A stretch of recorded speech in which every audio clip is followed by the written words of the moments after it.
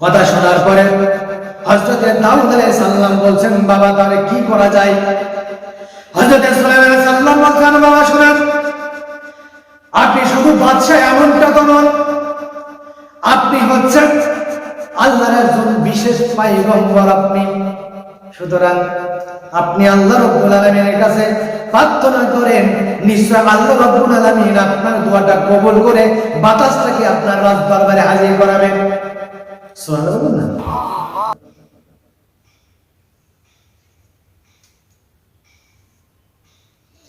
কথা অনুসারে হযরত দাউদ আলাইহিস সালাম মহান আল্লাহর দরবারে প্রার্থনা শুরু করে দিলেন।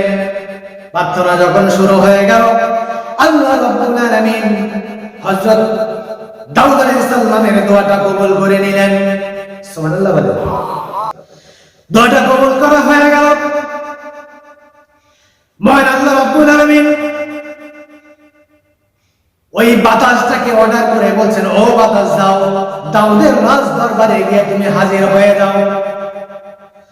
আল্লাহর হুকুম পাওয়ার পরে এবারে বাতাস সরাসরি আল্লাহ রাব্বুল আলামিনের হুকুম পাওয়ার পর বাতাস সরাসরি হযরতে দাউদ আলাইহিস সালামের রাজ দরবারে হাজির হয়ে গেছে। সুবহানাল্লাহ। রাজ দরবারে এসে বাতাস হাজির হয়ে গেছে। এবার বাতাসকে লক্ষ্য করে হযরত দাউদ আলাইহিস সালাম বলছেন যে, কি ব্যাপার, তুমি এই বৃদ্ধ মহিলার আটাগুলো উড়িয়ে নিয়ে গিয়েছো কেন? বলো, উপযুক্ত জবাব তুমি দাও। এইবারে হযরত দাউদ আলাইহিস সালামের কথা শোনার পরে বাতাস বলছেন, শোনেন, আমার ইচ্ছা অনুসারে কোনো কিছুই হয় নাই। আল্লাহ রাব্বুল আলামিন যে হুকুমটা আমাকে করেছেন ওই হুকুমের তাবেদারি শুধু আমি করেছি। আল্লাহ রাব্বুল আলামিন হুকুম করেছেন, তাই আমি এই কাজটা করতে বাধ্য হয়েছি। ঘটনাটা তাহলে শুনেন বলে বাতাস ঘটনা বর্ণনা শুরু করলো। এবার বাতাস হযরত দাউদ আলাইহিস সালামকে ঘটনাগুলো বর্ণনা করছেন। ঘটনাটা হলো এরকম। বাতাস বলছে, শোনেন, ঘটনা এই রকমের, একটা দূরদেশ থেকে একটা জাহাজ আসতেছিল। জাহাজের মধ্যে অনেকগুলো মানুষ মাল সামানা খাদ্য নিয়ে আসতেছে। হঠাৎ করে গভীর সমুদ্রের মধ্যে এই জাহাজটা ফুটা হয়ে যায়। জাহাজটা যখন ফুটা হয়ে যায়, জাহাজের মধ্যে পানিগুলো ঢুকাচুরো হয়ে গেছে। জাহাজের মধ্যে যে সকল মানুষগুলো ছিল, মানুষগুলো আল্লাহ রাব্বুল আলামিনের কাছে প্রার্থনা শুরু করলে, আল্লাহ রাব্বুল আলামিন যদি এই সমুদ্র থেকে আমরা রেহাই পাই, এই সমুদ্র থেকে যদি আমরা রেহাই পেয়ে যাই, আল্লাহ আমাদের জাহাজের মধ্যে যতগুলো মাল সামান আছে সমস্ত মাল সামানগুলো আল্লাহর রাস্তায় দান করে দেব। সমস্ত মানুষেরা, যাত্রীরা যখন দোয়া করলেন, আল্লাহ রাব্বুল আলামিন তাদের সমস্ত দোয়াগুলোকে কবুল করে নিলেন। দোয়াটা কবুল করে নিয়ে আমি বাতাস আমাকে হুকুম করলেন, ও বাতাস যাও, ওই রাস্তা দিয়ে একজন বৃদ্ধ মহিলা যাচ্ছে, ওই বৃদ্ধ মহিলার আটা ওখান থেকে উড়িয়ে নিয়ে গিয়া ওই জাহাজের ফুঙ্গার মধ্যে ছিদ্রের মধ্যে লাগিয়ে জাহাজের পানি ঢোকাটা বন্ধ করে দাও। সুবহানাল্লাহ। বাতাস গল্প করছেন, বর্ণনা দিচ্ছেন, আল্লাহ রাব্বুল আলামিন যখন আমাকে হুকুম করলেন, হুকুমটা শোনার পরে আমি লক্ষ্য করে দেখলাম এই বৃদ্ধ মহিলা আটাগুলো নিয়ে যাচ্ছে। আমি আল্লাহর হুকুম পাওয়ার পরে বাতাস আমি ওই আটাগুলো নিয়ে গিয়া ওই জাহাজের ওই যে ছিদ্র ছিল ছিদ্রটা বন্ধ করে দিয়েছি। কয়েকদিন পরে লক্ষ্য করা গেল একটা জাহাজ এসে ভিড়ে গেছে সমুদ্রের পাড়ে। হযরত সুলাইমান আলাইহিস সালাম, হযরত দাউদ আলাইহিস সালাম, বুদ্ধমান অনেক মানুষগুলো সবাই ওই সমুদ্রের পাড়ে চলে গেলেন। সমুদ্রের পাড়ে যখন পৌঁছে গেলেন, ওই সমুদ্রের ওই যাত্রী যারা ছিল, জাহাজের যাত্রীগুলো বলছে, ও আল্লাহর পয়গম্বর, আমরা সমুদ্রের মধ্যে এইরকম ধরনের বিপদে পড়েছিলাম,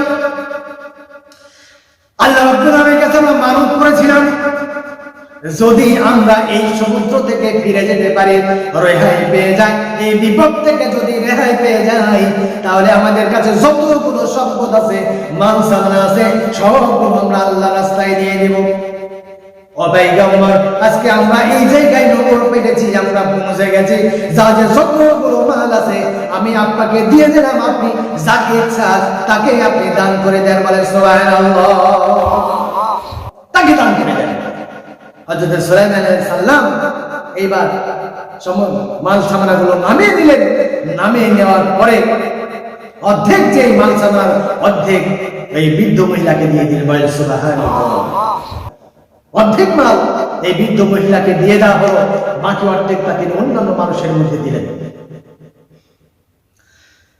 মাল সামানা দেওয়া হয়ে গেল, যখন বিধবা যখন হয়ে গেল, হযরত দাউদ আলাইহিস সালাম বৃদ্ধ মহিলাকে জিজ্ঞেস করছেন, ও মা বলেন আপনি এমন কি আমল করেন যে আমলের কারণে আল্লাহ রাব্বুল আলামিন আপনাকে এত মহব্বত করেন? কি বলছেন? হযরত দাউদ আলাইহিস সালাম ওই বৃদ্ধ মহিলাকে বলছেন, আপনি কি এমন আমল করেন যার কারণে আল্লাহ আপনাকে এত মহব্বত করেন? এই কথাটা যখন শুনলেন, এবং বৃদ্ধ মহিলা বলছে, আমি তেমন আমল করি না, আমি তেমন কোনো আমল করি না, তবে আমার একটা অভ্যাস যে আমি কোনো কিছু মানুষকে দান করা থেকে বিরত থাকতাম না। কেউ যদি আমার কাছে চাইতো, আমি তাকে, আমার যদি না খেয়েও থাকতে হয় তাও আমি থাকতাম, তবু আমি তাকে দান করতাম। সেই দিনের ঘটনা ঘটেছিল এরকম, যে এরকম ঘটনা ঘটেছিল যে আমি খাবো, আমার সন্তানদেরকে খাইয়েছি, আমি খাবো, এমন সময়তে একজন ভিক্ষুক এসে বলছে, মা আমাকে কিছু খেতে দাও, আমার খাবারের শুধু 2টা রুটি ছিল, আমি যদি তাকে দেই আমার হবে না, আমি খেলে তার হবে না, আমি রুটিগুলো ওই ভিক্ষুককে দিয়ে দিলাম। রুটিগুলো ভিক্ষুককে যখন দিয়ে দিয়েছি, ভিক্ষুক 2টা রুটি খেলো, খাওয়ার পর বলছে যে আমার তো পেট ভরলো না, আর একটু হলে ভালো হয়। আটা ছিল না, তাই আটা কোটার জন্য আমি বললাম আপনি বসেন, আমি গমটা পিষে নিয়ে আসি। গমটা পিষে আসতেছিলাম, এর মধ্যেই তো এই ঘটনাটা ঘটে গেছে, আর এই বিচারটা নিয়েই আমি আপনার দরবারে এসেছিলাম। হযরত দাউদ আলাইহিস সালাম বলেন, আপনি যত দান করেন আল্লাহ রাব্বুল আলামিন এই জন্যই আপনার উপরে এত পরিমাণ খুশি। সুবহানাল্লাহ। তার মানে বোঝা গেল, দান যদি করা হয় আল্লাহ রাব্বুল আলামিন তার বেশি অংশ দিয়ে দেয়। এই জন্য তো রাসূল সাল্লাল্লাহু আলাইহি ওয়াসাল্লাম বলছেন, যদি কোনো ব্যক্তি 1 টাকা দান করে তাকে 10 টাকা দান করা হবে, আল্লাহ রাব্বুল আলামিন দিবেন। কেউ যদি 1 টাকা দান করে 10 টাকা হবে দেওয়া হবে, 100 টাকা দিলে 1000 টাকা পরিমাণ সওয়াব পাবে, 10 গুণ সওয়াব বেশি পাবে। কোনো হাদিসের মধ্যে আছে 27 গুণ 700 গুণ সওয়াব হবে। তার মানে দান করলে আপনি কিন্তু বালা মুসিবত থেকে দূরে থাকবেন, আল্লাহ রাব্বুল আলামিন আপনার উপর খুশি হবেন। আল্লাহ রাব্বুল আলামিন আমাদের সবাইকে সঠিকভাবে দিনের উপর চলার তৌফিক দান করুন। ওয়া আখিরু দাওয়ানা আলহামদুলিল্লাহি রাব্বিল আলামিন। আসসালামু আলাইকুম ওয়া রাহমাতুল্লাহি ওয়া বারাকাতুহু।